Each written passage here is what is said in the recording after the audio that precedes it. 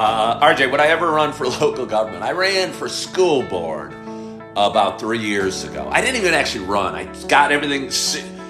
I started running, which means you need like 75 or 150 or some amount of signatures of people that say, hey, this guy is cool, let's put him on the ballot. You need to do a bunch of paperwork. You need to submit it to the DuPage County office. I live in DuPage County. And it was a time when, I think school boards are kind of, I don't know. I think school boards honestly always, and this is going to sound, maybe you think this is awesome, but oftentimes put all the same type of people on there. And a lot of them are educators and a lot of them have PhDs in education. And I think with that comes a lack of diversity of thought. I'm going to not even read the questions. Lack of diversity of thought. And they're all the same type of people doing the same sort of programs, always pushing the same sort of agendas. And I was looking at it. It was during COVID or at the start of COVID. I honestly wanted to keep the schools open. I couldn't believe they were shutting down the world. I couldn't believe there was social distancing. I still can't believe we wore masks, honestly. I don't care if you hate me for it. That's the way I feel. It just seems so crazy. I remember during it, the parks were closed.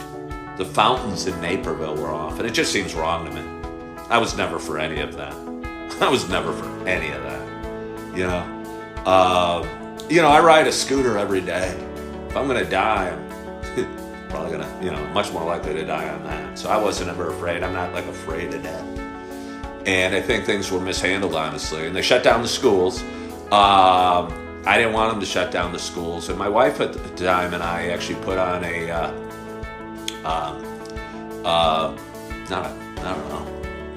event at downtown Naperville. We're on the news.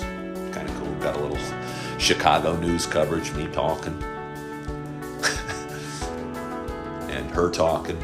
I think even my stepdaughter gave a little speech about how important she thought it was that schools stay open. So anyway, I just wanted to bring some different ideas to the school board, and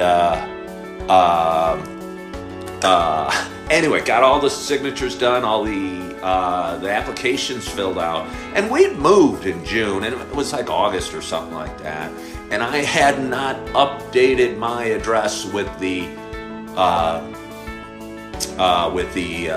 voting department or whatever it's called. And so my current address and my voting address didn't match up, so they didn't put me on the ballot.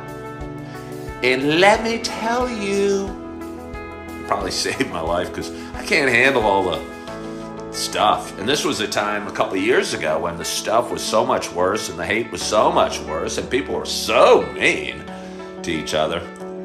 I would have probably cracked like an egg.